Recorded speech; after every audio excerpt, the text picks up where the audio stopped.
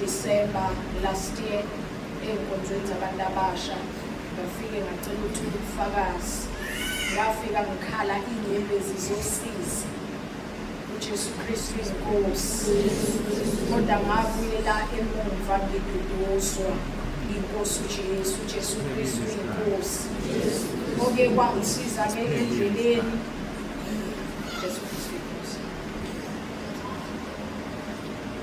oke kwangisiza endleleni bazalwane Jesu Kristu inkosi ngisizwe ukuthi ngidele ngadela konke ngathi mangisuka la Jesu Kristu inkosi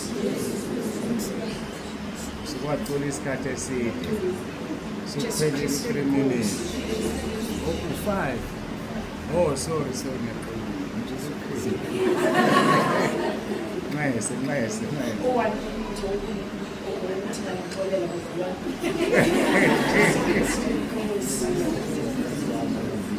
ngifike lapha bazalwane ngo-2024 ey'nkonzweni zabantu abasha bengikhala iy'nyembezi zosizi lokuthi bekade ngisezolweni kodwa ngibe ngiwumama mfundisi uJesu Kristu inkosi ngabuyela ekhaya ngoDisemba mangisuka la izimpi zangivukela bazalwane ngenxa yobufakazi njengaleli izwe bekade lifunda ubaba la Isambulo chapter 12 uverse 11 ukuthi uSathane siyamnqoba ngobufakazi nangegazi lewudlu nangokudela ukuphila kwethu ngafike ngathola ukuthi sengimangalelwe bazalwane nalapho uNkulunkulu wangimela ngangimangalelwe enduneni yangimela inkosi uJesu bazalwane into eyangiqinisa endleleni ukuthi ngidele konke ngizoluphila kwami ngivuma ukuthi ngibe ihlazo njengenkosi yami uJesu Kristu engikukhonzayo owathwala isiphambano sehlazo waba ihlazo ngenxa yamahlazo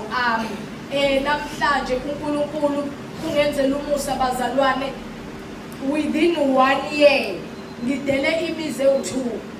Jesu Kristu inkosi. Amen. Senginomuzi bazalwane egameni lika Jesu. uJesu Kristu uyinkosi.